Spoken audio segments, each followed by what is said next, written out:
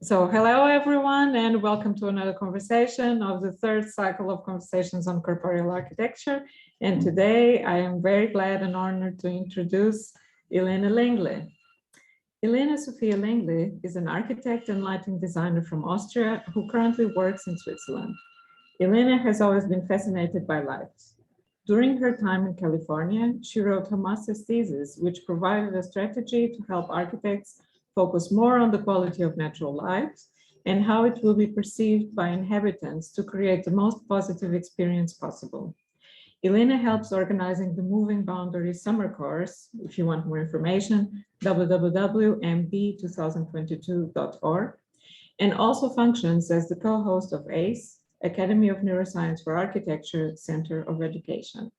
Elena, thank you so much for accepting the invitation. Thank you. All right, I'll share the screen now. Can you see it? Yes. This kind of a way. Oh, okay. Just gonna start it. All right. Can you see like the things in the screen, or are they not visible? It's on the screen. We can see the screen, yes. Okay, good. All right, the clock should be over in a few seconds, and then it's gonna be more quiet. But yeah, welcome everyone. My name is Elena, and I am originally from Austria, and I currently work in Switzerland, and I did my master's degree in San Diego. That's why I bought to California. And this is a really nice image a friend of mine took in San Diego at Black's Beach that I love, especially the light and like the colors. And okay. So I start my presentation today with the question, what is architecture? So I'm not sure, you guys can probably like unmute yourself and just maybe one or two can just bring up a few words. That'd be great, so we can kind of get going. So what is architecture to you guys? I will leave the question for you this time to encourage your participation. No, the bells are quiet now, so. Anyone? Architects who don't know what architecture is? No, just kidding.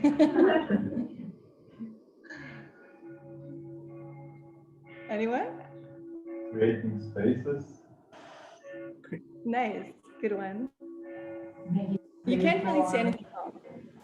making a space for human beings where they can live and by not hurting the nature.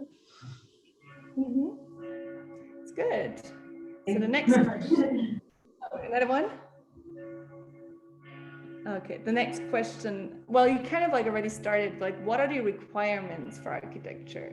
We talked about creating spaces and not harming nature and this kind of things. Anything else that comes to your mind? It's only 3 questions and then I'm gonna be talking, so you almost got it. Creating atmospheres, also with help of materials and light and colors.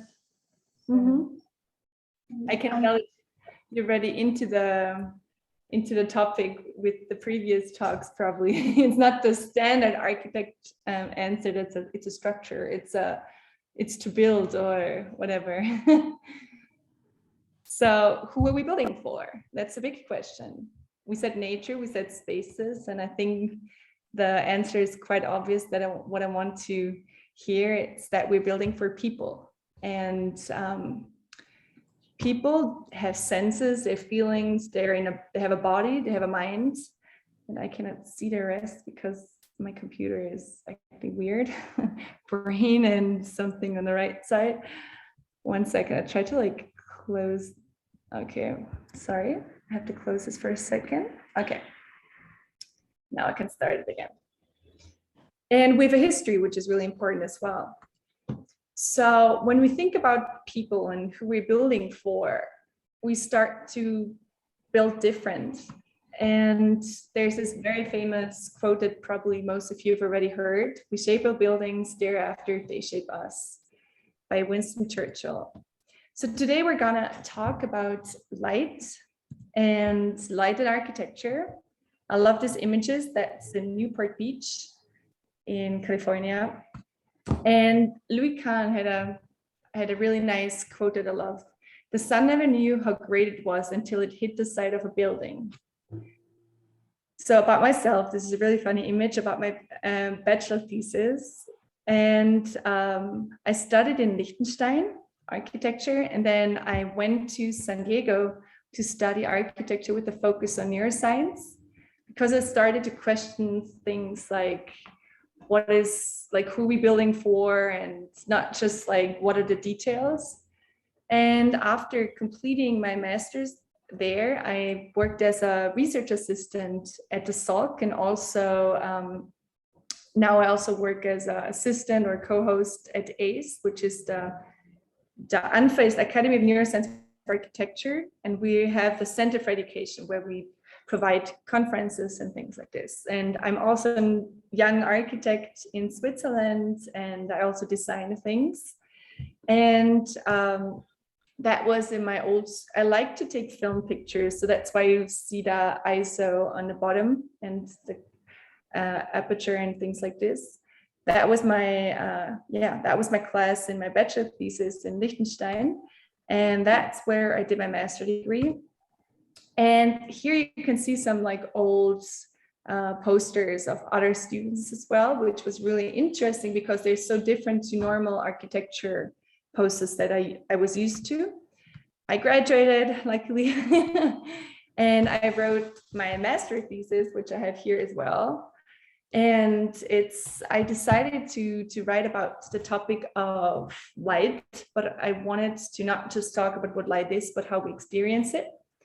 And today I'm kind of guiding you through a design strategy that I developed during my master thesis and that I really enjoy. And this is one image, like a video we did for my master thesis. It was at the beginning with some friends, and it was just like trying to capture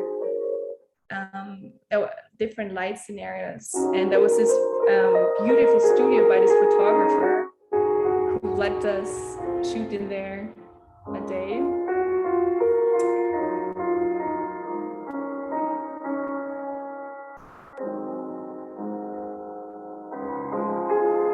And I just wanted to look at certain elements of architecture and light, like how they're interacting and what's kind of like going on. I also chose the classical music to kind of give the poetic touch that we're gonna talk about later.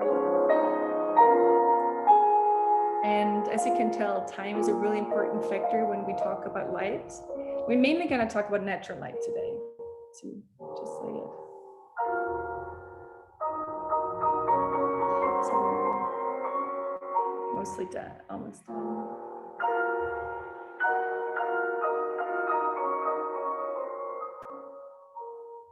All right.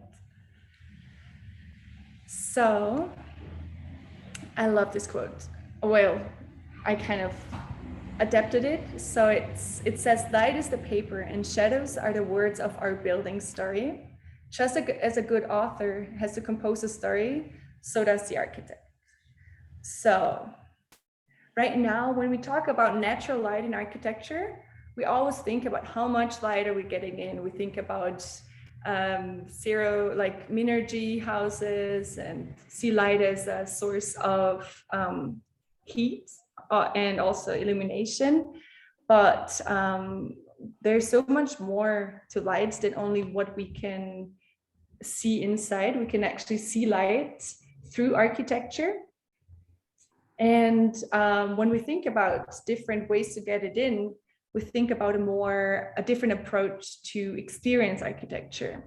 So we use architecture as an optical tool and to revitalize our shadowless and dead places, and to create stimuli rich and emotive environments for our bodies and minds to dwell in. So it's we kind of have a whole package in here. So we focus on quality over quantity. And why isn't it like, why do we want to think about lights? Right now, as you know, like humans start to live longer, live better, and it's been crazy, like over the last century, that what medical breakthroughs we've had. And as Sachin Panda said, yet living longer does not always mean living healthier. And a lot of people right now are facing, especially with architecture, facing like architecture which is not good for their well-being. It's either the spaces are small, the materials used are not good. Light is one factor of it as well. Le Corbusier already said natural light is the key to well-being. And Louis Kahn said, to me, natural light is the only light because it has mood. So it's moving, it's changing. And this is a framework. So we have three components here. We have humans, the physics, and the design. And they're like all together, they're creating this experience of light. And this is kind of what I've focused on in my thesis. And yeah, science is the poetry of reality. So let's start with science. Light is just a name that we give to an experience. Like there's nothing really we can see or smell, or it doesn't have color, there's no taste, no smell. There's different ways to describe lights. When I worked as a lighting designer, or like as a last year as well, and those are really important terms when you work there. And you can go through them later on, like you find them everywhere, but it's important for you to have heard about them and to maybe think about what you want to say. Like, do you want to say how much light is leaving the bulb? Or like this is more about the light bulb, or how much is in the end at the surface you want to calculate, or how much is going to be the room, how much can I see? So it's different ones, like here you can see.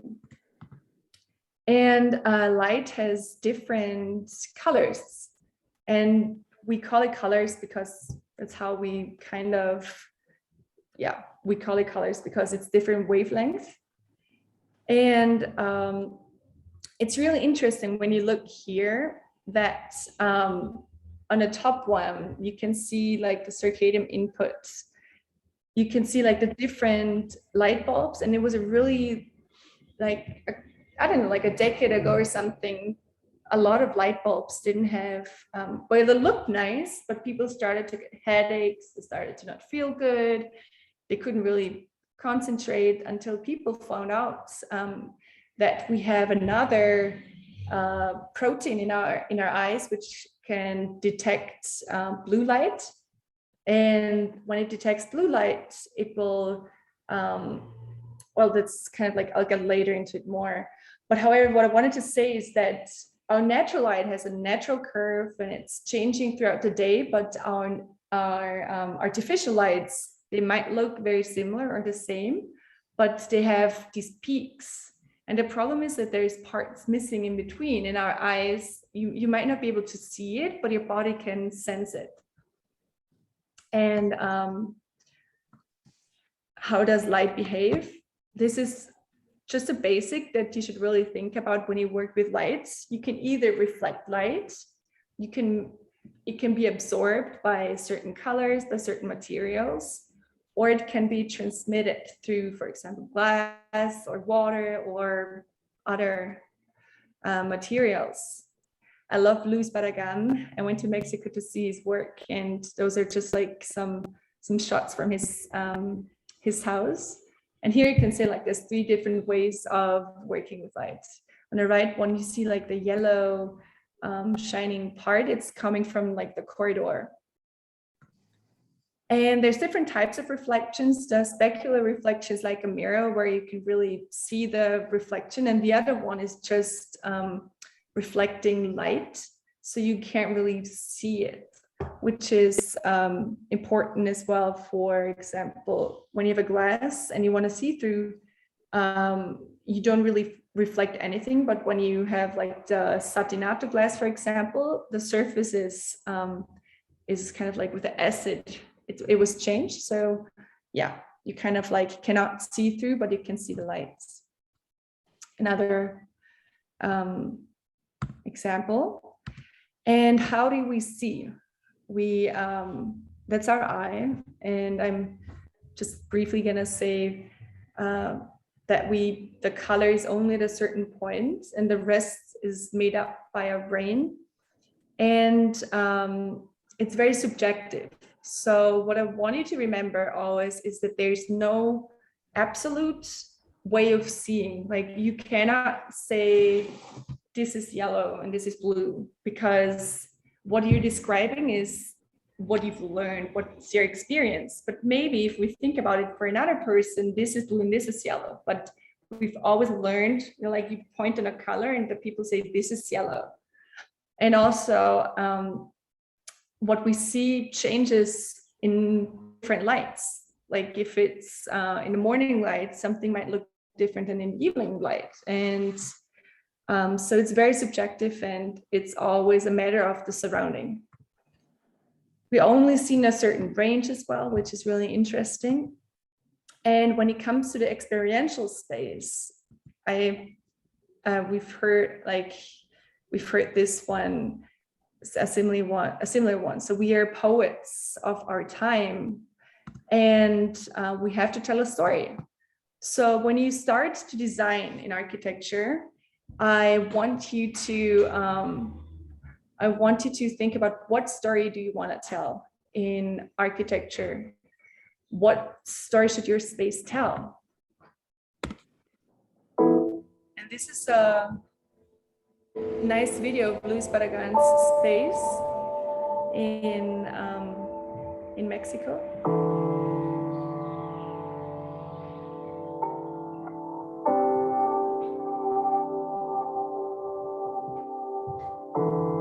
I'm just gonna like go a little bit to the front. Caranda que está ahí, y Barragán dice, no vayan.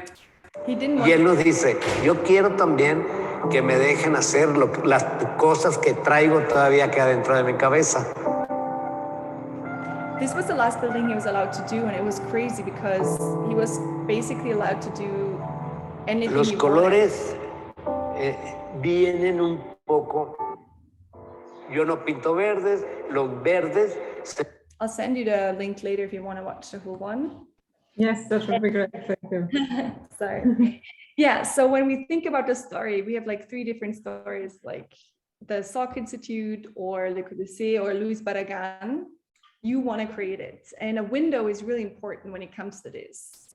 Like you could either frame a window, or you think about, I just want to get light in. Like, do you want to focus on looking outside, or in 2 examples by Luis Barragan? And yeah, the difference are like function, location, and what story you want to tell. This is one in my area by Peter Zumthor in Bregenz, which is really nice because most people don't know, but the ceiling on the left side is being illuminated only by natural light. He kind of like created this framework where he has a really thick ceiling in between the floors, and he gets natural light in there and kind of like with reflective surfaces and the glass that diffuses the light on the ceiling makes this beautiful space. And most people think it's artificial light. Of course, it's artificial light when it's like dark after 5 p.m. in winter, or if there's not much light. And it's really interesting because people are attracted to light, so we tend to move towards it. It's called phototropism, just as flowers bloom towards the sun, and we can take advantage of it in a positive way. And also tigotaxis is a really nice term which describes that people always tend to walk or like walk towards or along walls. So if you are in a plaza, many people enjoy walking on the edges. So it's really important when you design spaces to really think about the edges as well. They really matter. It's not just, you can't just make everything out of glass and it's gonna be perfect. And yeah, this is about framing views. This is by a local architect, Bernardo Bada, who was actually my teacher in Liechtenstein, and he's really good in like framing views. And yeah, so what we look at matters as well. If we look at nature, you've probably heard before, it's proven that recovery in hospitals or other things speed up if we have a view to nature and we enjoy it. I mean, we've spent more time in nature of the human history than we spent inside buildings. And it's also really interesting how people are attracted to faces. You know, like you see things and then you see faces in things, and like people are very focused on faces. And yeah, I told you earlier, perception of colors, the wavelength, it's all like subjective. And there's different ways you can create color. It's either subtractive or additive. And subtractive is like when you paint the colors together and then you get certain colors, or you get black, but with light, it's different. You have additive color mixing. And yeah, so here you can see like paint is the subtractive one, and the additive light is the reflection here. So almost last, circadian rhythm is really important. We've learned about it not too long ago that we have this certain protein in our eyes that makes us have this rhythm. So even when like they made this crazy experiment where they were in a cave for quite a while, I forgot, 32 days, that's crazy. And they even had the normal kind of like routine in their body without having any light around. So we are so triggered by our evolution that we really have a rhythm in it, and it's really important for our body to follow this natural rhythm.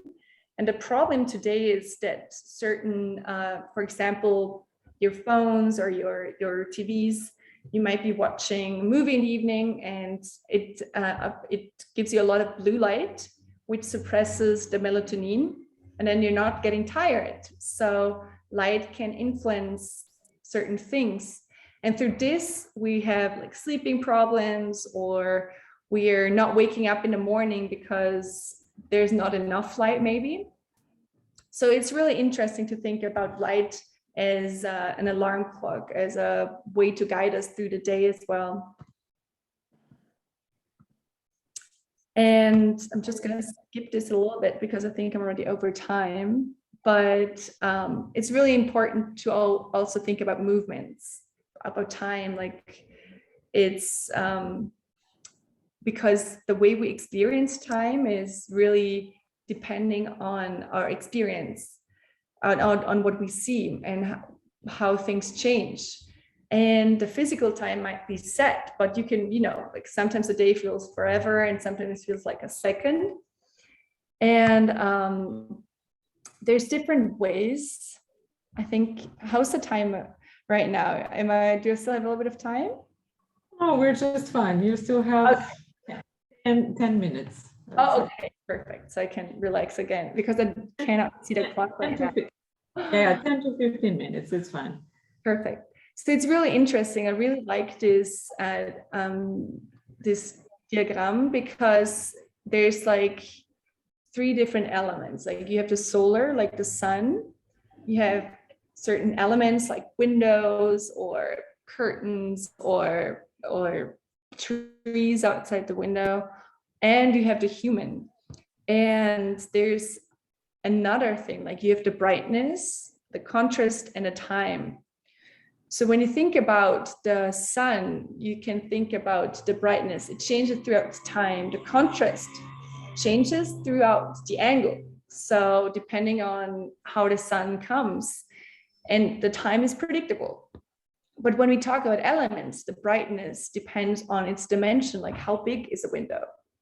And the contrast depends on its materiality. Like, do we use normal glass? Do we have a curtain which is just like a blackout curtain, or which is letting light through.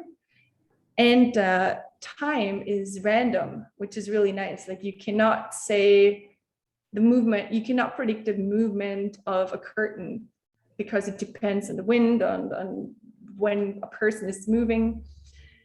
And the human perception is really like, when we talk about brightness, I told you it's subjective. So how bright we see is depending on our perception, and the contrast is depending on the surrounding. So if are we in a dark room, then a candle might seem really bright. But if we are during the day and we light a candle, it's kind of like maybe unnecessary.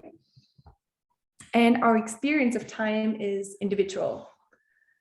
And here you can kind of like see a diagram where it's about time and speed. And the elements, like the wind can be rhythmic, solar is always the same speed, and the human is just like, it goes its own way. Oh, sorry. And this is the quote from the Salk Institute when you enter the building, and it's on the floor and it's engraved in the stone. It says, "Hope lies in dreams, in imagination, and the courage of those who dare to make dreams come into reality." I really, really enjoyed it because the Salk Institute is a really special place. Louis Kahn designed it, but when he designed it for Jonas Salk, and he kind of like had the forms figured out, but he wasn't sure about the patio in between. So Jonas Salk, he saw an exhibition by Luis Barragan in New York, and he really liked his work. So he told Louis Kahn, "Hey, can you, go and have a chat with Luis Barragan, and maybe he has some input." And when they talked about the Salk Institute, Barragan told him Kahn first wanted to make it really green in the patio, like plant a lot of trees and make it like a garden. And Barragan actually told him, you need to leave this space empty and frame the view, and he told him about the water, and he really wanted him to do this way. And he understood it, and in the end, he actually built it that way. And it's beautiful because I don't think I have a picture anymore, but the river, or this little stream that goes through the plaza at June 21st during solstice. I think it's in June, yeah. The sun actually, no, it's the one in, what is it called in September? The opposite, the solstice in September. Equinox. Yes, that's the one. I was like, no, it's not in June. It actually, the sun goes down inside this water, and it's just beautiful if you play with light, because, you always know where the sun's going to go down. So he was able to predict it. And especially during this time of the year, it's gorgeous to see the sunset from this building. And James Turrell is another light artist, which I really admire. I came across him already earlier, but also during my bachelor thesis. And he's creating sky spaces. I'm actually a guide of this sky space in Lech. And what he does is he kind of makes, if you say, you can say he makes rooms with spaces with a hole in the ceiling. But he does it in a really beautiful way where he kind of, if you see in a right picture, you can't see how thick the ceiling is.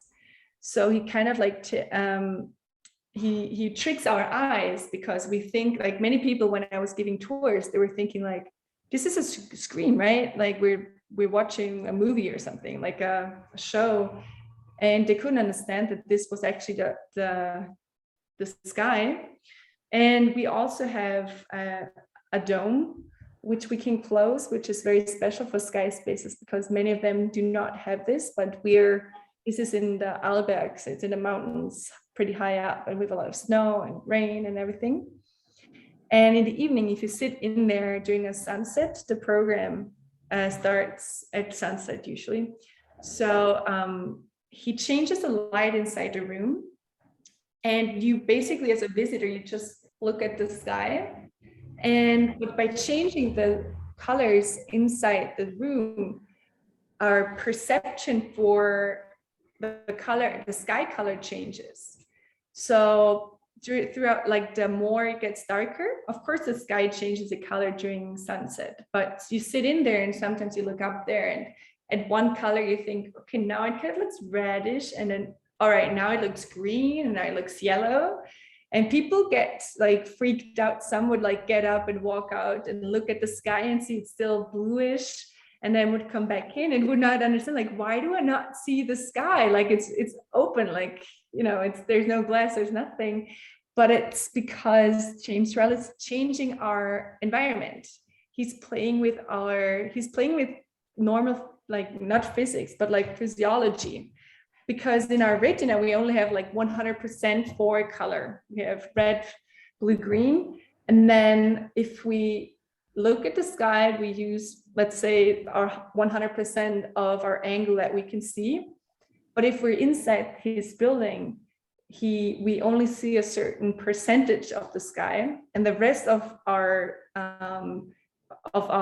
what we can see of our view is being tricked with another color. So our brain cannot use the 100% that it's usually taking up to identify the sky. So that's why the colors are changing for us. So he's actually teaching us how to see and to understand that everybody sees different, and it's an experience, and it's really nice. If you're ever in the area, it's in Lech, make sure to stop by, and if you can reach out to me and I'll give you a tour. There's always like tours on Fridays. And I love to think about our eyes and architecture as almost like a camera. Like we look through something, and our eyes actually kind of function similar. If you look at here, like the light gets in, it gets twisted by a lens, and then it's in the retina, right? And it's the same with a camera. So I'm not sure if any of you takes film pictures, but a normal camera functions as well. But like next time you take pictures, maybe, you know, think of it more as seeing the space different, about like, where's the light coming from? How should I take the picture? What do I want to capture? And when you design a space, you think similar. You think about, okay, where's the light coming in from? Where is it being reflected in the room? What do I want to show? Are the shadows? Are there any like special things I want to highlight? I want to maybe put in a focus. And yeah, another good exercise that you could do, or if you ever want to try, is to sketch with light. It's really hard because usually you're sketching the opposite. You sketch the contrast.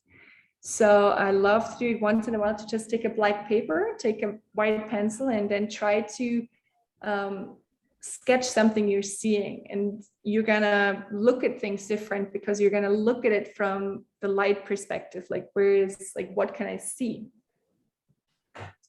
And one second. Sorry. One second. But 1 second.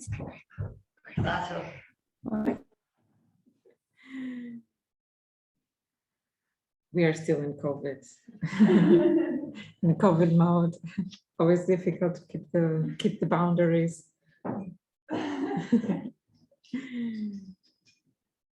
So we met your grandma. Sorry. All right, I'm back. That was actually the last one. She's 94 and still lives in the house. Oh, wow. It's amazing. I wish I'll be like her one day. All right, so that's the end of the talk as well. Great, thank you, Elena. Maybe you can stop sharing your screen so that we can have a little bit more interaction. Perfect. Okay, great, thank you. And I see that there's also some people here in the audience. Very nice to see you all. So I will just start with some questions, and then I will bring it here to our students, because I noticed that they were very engaged, and I think they have many questions to you. So first of all, thank you for this really wonderful and inspiring presentation. I think we could all feel your love and your enthusiasm for this topic of light, which is wonderful, really very also very touching. I won't make any comment or any question about all the data that you also shared with us, because I think that besides showing your enthusiasm on the topic, you also showed a lot of knowledge, actually scientific knowledge that is very important and also useful to understand how we perceive light, how this is connected also to our physiology. Of course, I found it especially interesting that you had this reference from James Turrell from Sky Spaces, and I knew already that you were a guide. So it's also very nice that you can talk also not just because you know and you are so fond of the work, but also because you have a very close experience with this space, and also a very rich experience because you know how to talk about it and you know how it works. And so for the architects and interior designers here, this is really valuable because we can learn. This was also what was so interesting in how you began your presentation, who we are designing for, that we're designing for people. So I think it's really a good example to see how a designer can cultivate this way of seeing the experience of design from these, we would say, two perspectives, but like from both sides. So from the side of the person who creates, who designs, and also from the side of the person who experiences. I mean, the person who designs also experiences. So it's really good that we could have this complex and multifaceted view. I wanted to ask you if your experience of the building of Louis Kahn in La Jolla, because you mentioned it many times, if the building itself shifted your perception of light. I think actually not just the building itself, but also San Diego in general, because I come from rainy, okay, we do have sun in summer sometimes, but like rather rainy Austria. And I always, ever since I was a kid, I was more of a like summer sun person. And when I moved to San Diego for my master's, I was just amazed by the light there. It's just, I mean, of course it's more sunny, the days are longer, and everything is kind of different, like the buildings are built different. And when I came to the Salk Institute, I actually loved just a patio. I sometimes would just sit in there, and I loved the library there as well. But to be honest, like the scientific parts, like I was in the labs and inside where the offices were, many of them are actually light-wise not as nice, because of course it's oriented towards framing the view. So you always have to think about why are you building this? So in this case, it was not just for the people, it was more of like being like a symbol for what they all stand for. And it really changed my perception, because it's really interesting if you go to a place many times. So if you go to a place one time, you have one experience, maybe you have some good light and it's nice. But if you go to a place multiple times, like the James Turrell Sky Space or the, for example, a Salk Institute, if you go multiple times, your experience changes because you have a different, like you're changing, like you've seen it before, and like, oh, today it's a different cloth, like it's a different season, it's a different light, it's the weather changes, and it's just, you start to see different in a way, I would say. Mm-hmm. With that, this is a very interesting point, how the perception changes also with experience, and also our memory of the experience can change. Because when looking at your pictures, I remember that I was actually also fortunate enough to be at the Salk once for the ANFA conference. Mm-hmm. And I remember at some point being a little bit overwhelmed with so much information in the conference. So I just took a break and went to the courtyard, and I just really enjoyed spending this time in the courtyard. It was also after my presentation, so it was like a bit of a more relaxing moment. Hearing the water. Exactly, and it feels so peaceful and so on. So I have very, very mixed memories about the whole experience of the building and also of the light. And actually this weekend I saw on my YouTube feed again that there was a video from Louis Vuitton of the cruise collection, and they filmed the fashion show there with a drone. Oh, I didn't know. Yes, I really recommend. It's a really, really interesting concept. And of course, my experience of being there at the conference and seeing a fashion show there and how it's shown exactly with this perfect alignment with the light, and also the vision that you have, which is the drone vision, which is like this bird or like a small airplane. It gives a very different perception of the building and also of the light. Because we could see this magical golden light, which is a really special thing about this building. We could see it reflected in the metallic elements of the costumes, of the clothing, and so on. So I think you would enjoy seeing this also from the perspective of light. But now going away from the Salk and also going back to the topic of light in your presentation, and also in general some aspects you mentioned. I also, maybe still in connection with the Salk, to think about, because you also mentioned other aspects like thigmotasis, for example, and this learned intuitive feeling that we have, that we need also spaces that somehow make us feel welcomed, and that we have this tendency of getting close to the wall. Is this so what I wanted to ask you now is that, have you already tried to apply some of these concepts you learned in your projects? You also mentioned that you're now working as an architect, so did you already experiment? It's really interesting because it was really hard for me to, well, this strategy that I developed was kind of to bring it down a little bit closer to architecture. But when I started working as an architect, I realized how often it's really hard to apply it. Like, certain people are not interested, but a lot of people are very interested. And for example, right now I work in an architectural office, which is also an interior design office. So we have both kind of people from education standpoint. And I really learned a lot from interior designers, I must say as well. I'm really happy with both, because I must say often architects are thinking more about the sculptural parts and about how the space itself. But when it comes to like interior designers, like they do everything in details, and they think about what textile, and they have like so much knowledge on like what furniture there is or what kind of like light fixtures. And it's really interesting to work together in one office.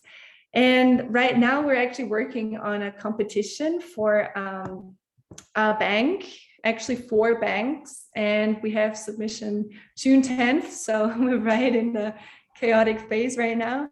Mm-hmm. And it's really hard in this building because it's an old building. So when we think about my strategy, given having an old building means you cannot change where the light is coming from because it's historic. So it means like we cannot really change anything about the windows. We cannot really change anything about, we cannot just turn the house around how we want. So we actually changed the entrance to another side where it's, because the entrance where it is right now is facing north. And we said we want an entrance from the plaza, which is facing like more like southeast kind of. And we wanted to give it not just like people entering with the sun and with like the light, because we have really narrow spaces. It's crazy. It's like 2.18 meters or something. And or even less. Now I think it's 18. And then you come in, and what we try to give this gesture of inviting the people and guiding them through the space. So we're really thinking about, okay, you're entering the space from this area, going through the 24-hour zone, but we want the people to go to the if they need some help, like to the help desk, or like to the Empfang, we say in German. And we work with it through, for example, the curvature of the wall. And also we have like a rhythmic, like we use a structure which is changing. So we kind of like, we make them read the space. So they understand like, oh, we're going this way. And then there's like this beautiful stair going up, but there's like, first there's the Empfang. And we also are gonna use light to highlight this Empfang, which is really nice. And through textures and materials, for example, the floor is gonna be our next thing. And what I'm thinking is, all right, we don't have a lot of light. What kind of floor, you know, like how is it reflecting the light? How can we make the space look bigger? Like reflective surfaces, for example, on the floor might make your room look a little bigger.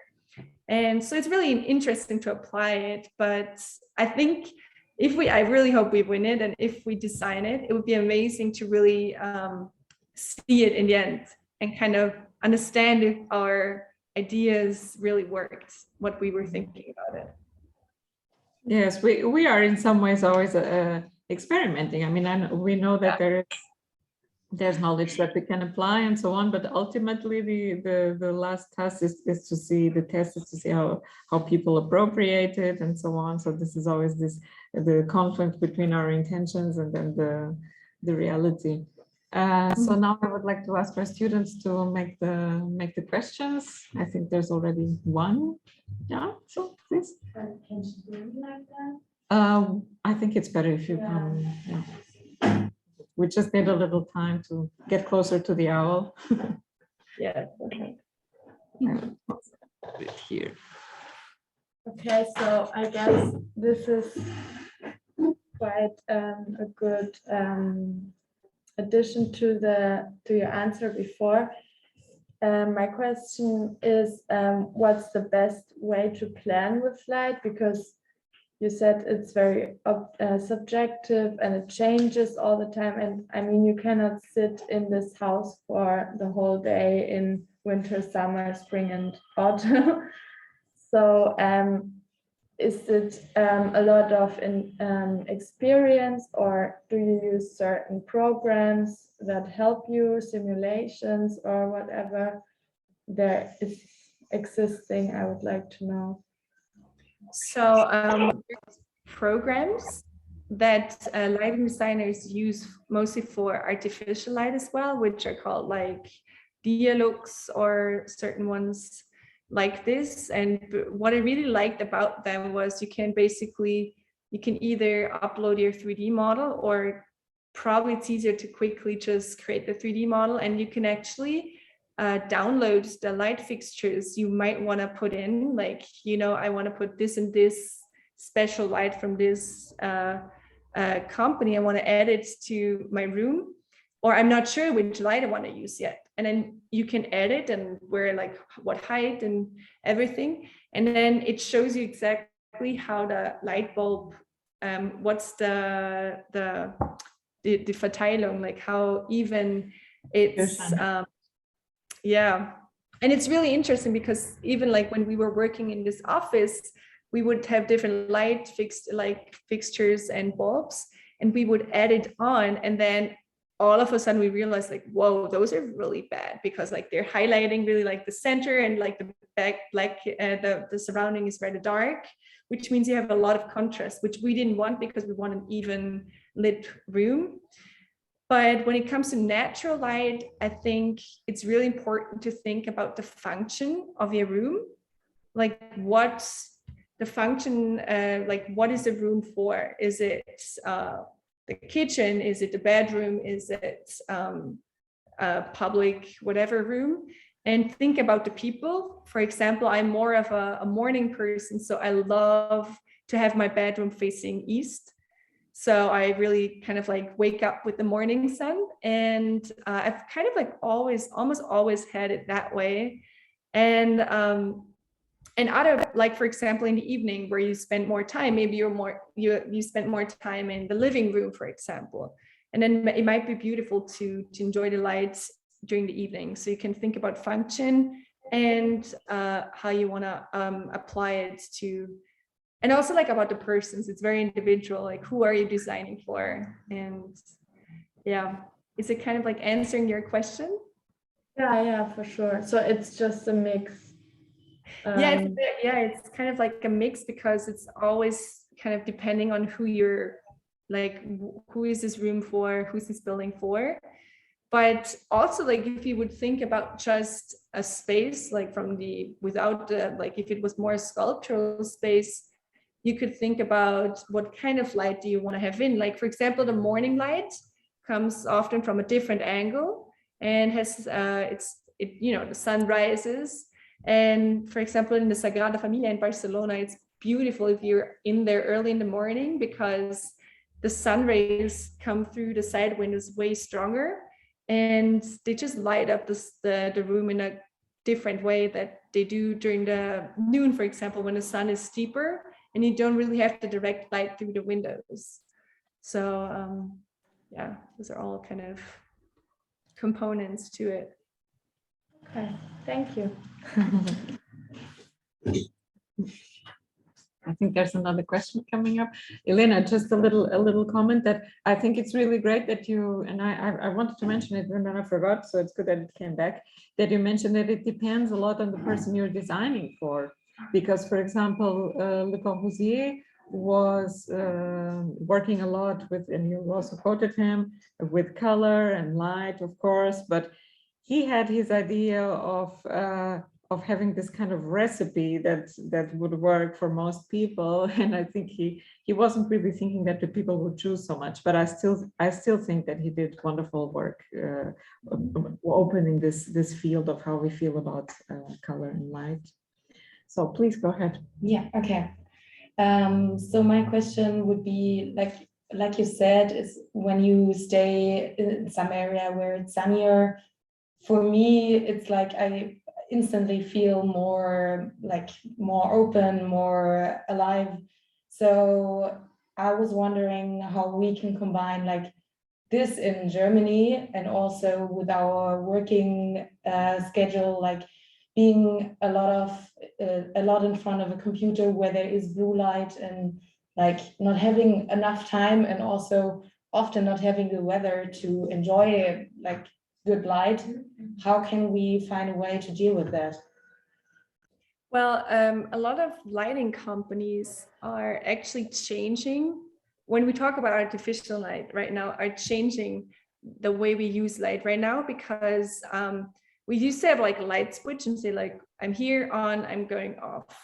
But what's changing is that it's starting to develop, and it's being implied in certain areas already, what is called a dynamic light. So certain, for example, offices or like in hospitals or other areas, they use a normal light, but it's kind of like programmed to the day. So depending on what hour it is, what you're doing inside this room, if they know it, the light is changing.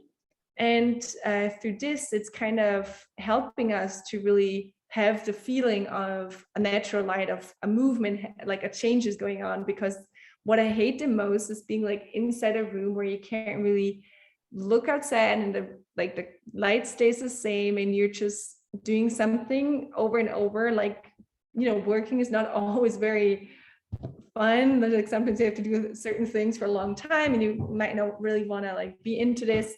But if the light is kind of, at least changing, or also the surrounding, like this sometimes use like screens to show a movement or something. So you kind of, your brain kind of like activates, it doesn't get tired as fast. And so it's really interesting. Like I think in the future, for example, in our buildings, it's gonna be not just I'm here, it's gonna be like I'm here and I'm studying, I'm here and I'm relaxing, I'm here and I'm cooking or whatever.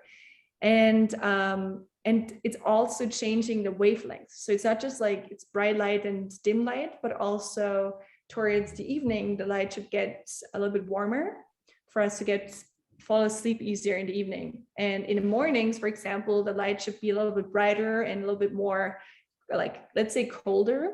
And so for us to really wake up, so our melatonin will be suppressed. And it's the same on your phones already. Like, you know, the night mode, when it starts to get a little bit orangey, it's when they found out about that. They started to develop this in our phones and in as well in laptops. Okay. Good. Yeah. Thank you for that. No, this was a really good question. Also, I would just add also as a comment that with color we can actually do much. And it's also interesting that you mentioned specifically here in Germany because of the light difference, and in winter it gets very, very dark. And I come from Portugal, so I come from a place called Almada, which is very close to the sea, and it's very similar to San Diego in many, many ways, because there's the Atlantic and there's this wonderful colors always. So the first winters in Germany for me were very, very hard. There was all in grays and whites on whites and so on. And actually, during the first summer of COVID, I decided to paint the walls in my flat, and then winter was completely different because I played a lot with color, and I tried to work a little bit with what I learned over the years with color, and it really makes a difference. And actually now, when I'm inside in winter and when I go outside, I experience the light in winter much differently because I'm so used to having color in the indoor space that the whites and grays and even the browns are so beautiful because they feel different from what I have inside. So I think it's also maybe a lot about we have inherited this modernist paradigm of the white box inside and outside, and we have so much gray. And we can play with so much color and texture and material, and there's so much more that we can do.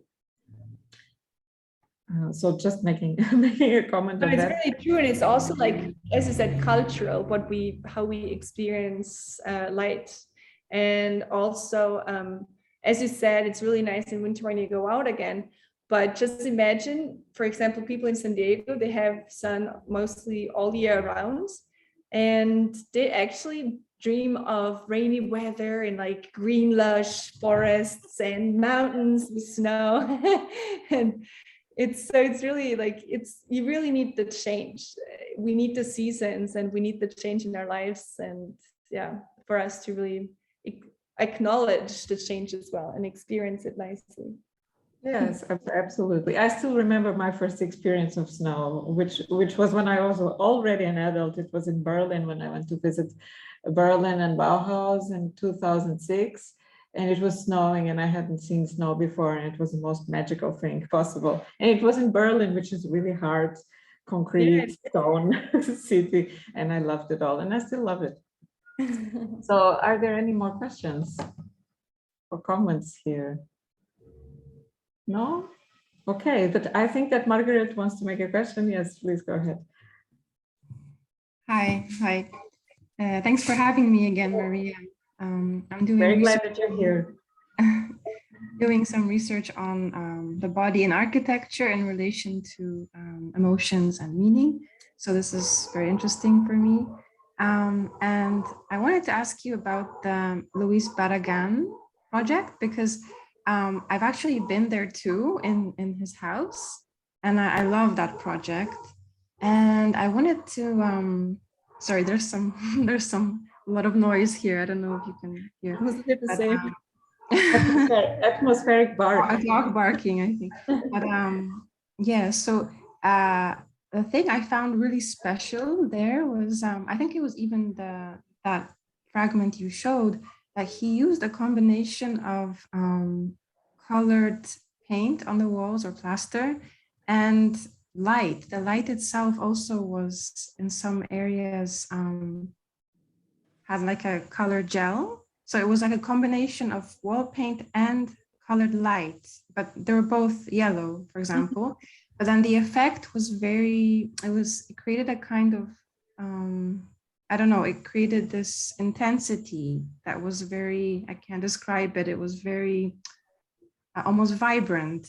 And I wanted to, and also I experienced the same thing in his other project, Cappuccina's Chapel. Oh, I where- love that one. Yeah. Did you go there also? Yeah, the nuns give you a tour and you're not allowed to take pictures. Exactly. But then there's this amazing light coming right from the left. Yeah. And it's like an indirect light coming through a yellow stained glass window or orange. And then it mixes with the reflected light of the whole interior. And it's fantastic. I wanted to, I guess, ask you, like, do you know how that works in terms of, I don't know, optics and yeah, do you know about this effect and how this could be used in architecture? I think what he does is, for example, the corridor, the yellow one that's kind of like abstracted here as well, is he paint, as you said, I think I looked at it, he painted the windows yellow, and which means it's not just an even yellow. So by painting the windows, he created like thick layers and thinner layers. And by painting the inside of the corridor as well, he makes all of this double, because as I said, we have subtractive and additive color mixing. So if you didn't, for example, if you didn't paint the windows, the room would still be yellow, but it would still reflect a certain amount of other wavelengths, like more, it would be cooler and different. But by painting both, he made this experience really intense. As I said, like he's just kind of like washing you in this yellow light. And the crazy part is when you open the door at the end, because you open the door to this pool, and then you get to this place where there's this blue and red. So he's framing the next colors, and you go through, and inside the pool there's water, and then you can like see the light coming directly, because before you can only see the diffuse light. You don't see outside, you just kind of see the space being lit up. But there he made a punctual thing where the water is actually reflecting inside the pool.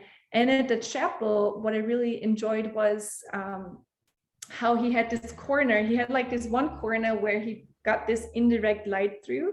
Once again, he painted the windows, so it's not just the same, but also he had the normal light coming from the other directions, like from the entrance where you entered. And it's the interesting part there is like where the two different kind of lights are meeting. So you create like a hue of different colors. So at the beginning, like if you get closer, you get kind of like overwhelmed with all of this orange, and I think especially in a church, it feels kind of like, I don't know, like sacred or something like this. And what he always does, if you look at it as well, he uses the plaster is not perfectly fine, but it's more like the crumbly kind of plaster. So he also creates a certain kind of like contrast. So it's he creates a contrast, and when the sun is changing, like the kind of the wall texture is changing too. So I think those are kind of like techniques he uses. And when you open the door to this white yellow corridor, the staircase, like I showed it at the beginning, it's being reflected with all the yellow light coming from the inside. So he's just like playing with these transitions going through the rooms. And it happens another time when you go up this like volcano stair to his, I think, bedrooms. Around the corner, like first this pink one, and then you go around the corner, and then he has like this yellow wall as well. I think it was yellow. And because he reflects the light from the top window, and the wall is white, but where the wall, like the yellow wall is in between, the white wall starts to appear yellowish. And it's really nice how he kind of like goes through the space, and he thinks about where is the light coming from? Okay, I'm gonna hit this wall right now, which means I'm gonna reflect to this wall. And always remember, like light reflects in 90 degrees. So it's really easy to calculate if you know the physics. And I hope this was kind of like helpful. Yeah, thank you. No, I thought it was just great. Also, yeah, exactly, through movement through the house, this idea of contrast also, right? So like one space was like a warm yellow, the next space was like a cool temperature, color temperature. And then because of the contrast, you really feel the intensity that much more. previous. So anyway, thank you. Thank you. Great. I don't know if there's any more questions or comments. Milton joined us a little bit later. I think he missed the presentation, but we talked about you, Milton, before here in our class, but we are very glad that you join us every week. We're very glad that you also bring your comments. I don't know if there's any more questions from you. No? Okay. Hey, So, just yeah, go ahead. how many architects are there and how many interior design? Like it's both, right? Or is it one course that teaches both? No. Can you tell me? So architects, finger in the air. So I think at the moment 3, and then the remaining about 7, 8 interior designers. But there's a few people missing today. The class is a bit emptier than usual because now there's a lot of deliveries for other courses. This is a time when there's a lot going on. So we're very lucky that the room actually is almost full. Okay, so we will finish for now. Thank you so much, Elena, for sharing your time and your wonderful research with us. And I wish you all the best for your future and look forward to meeting you very soon. Yes. This will be wonderful. Okay, so thank you, everyone. Thank you, Elena. Bye-bye. Thank you, guys. Have a nice evening. Bye. Bye-bye.